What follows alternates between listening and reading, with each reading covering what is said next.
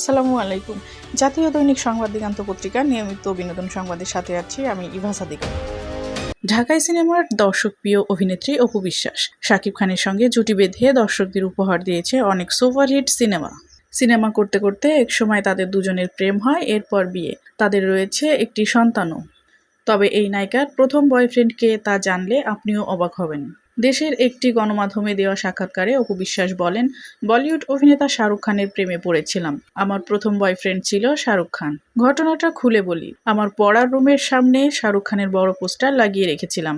কোনো এক দুর্গাপূজা উৎসব থেকে শাহরুখ খানের পোস্টারটা কিনে এনেছিলাম আমি। আমার বান্ধবীদের তখন বলেছিলাম, এই তোরা শাহরুখ খানকে জামাইবাবু বলে ডাকবি। এখনও এ ঘটনা মনে পড়লে হাসি পায় আমার। প্রসঙ্গক্রমে আরও একটি ঘটনা জানালেন অপু।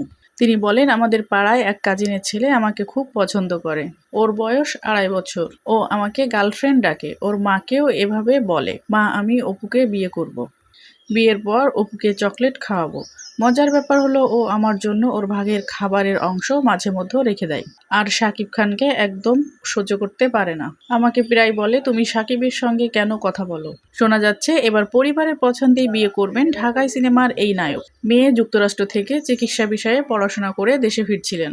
শাকিবেরও ডাক্তার মেয়ে পছন্দ। শাকিবের ওই ঘনিষ্ঠ সূত্র জানিয়েছেন, পার্শ্ববর্তী জেলাটি হলো মুন্সিগঞ্জ। এখন অবধি 2 থেকে 3 পাত্রীকে দেখেছে শাকিবের পরিবার। এর মধ্যেও মুন্সিগঞ্জের ডাক্তার মেয়েই এগিয়ে আছেন।